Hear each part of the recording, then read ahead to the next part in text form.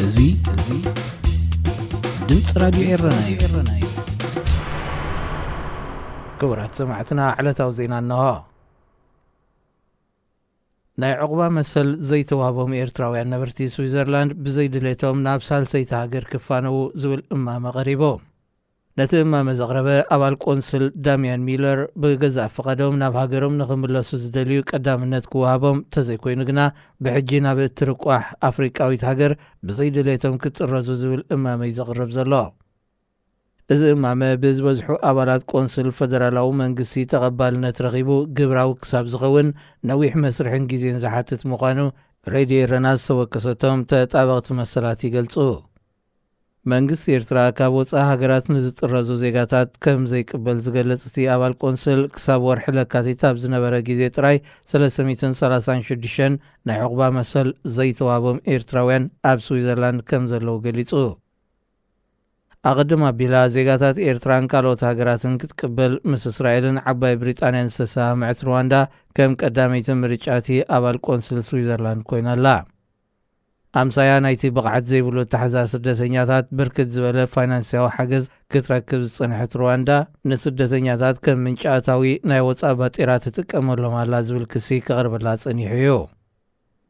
ኣብ 2021 ዓ.ም ተመሳሳሊ ውሳኔ ዘሕለፈ ዴንማርክ ስደተኛታት ናብ ሳልሰይቲ ሃገር ናይ ምጥራዝ መስርሕ ብወግዒ ከም ዘይጀመረት ክግለጽ እንከሎ ፈረንሳውን ኣብ ቀረባ ግዜ ስደተኛታት ክረኽቦ ዝጸንሑ መሰላት ዝገትእ ውሳኔ ክትሕልፍ ኣብ ምድላው ከም ዘላ ይንገር።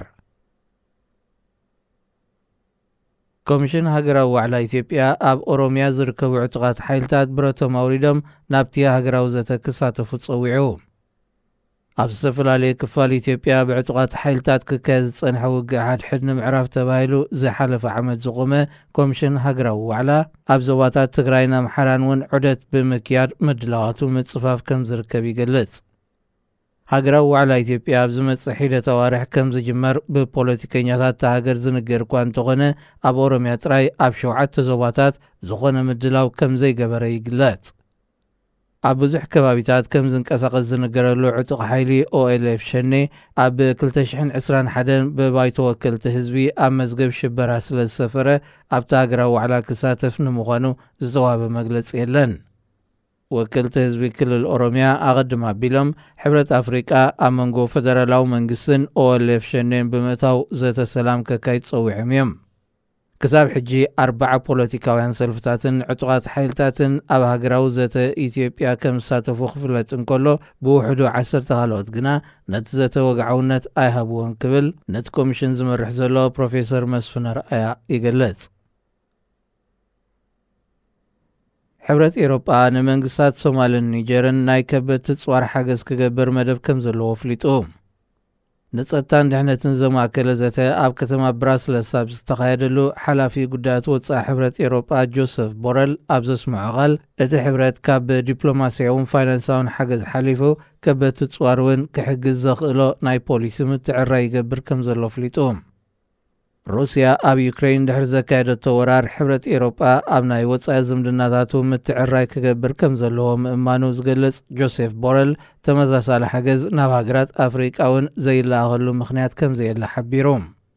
ሓያሎ ኤሮጳውያን ዲፕሎማሰኛታት ነቲ እማመ ድሮ ነጺጎም ኣለዉ።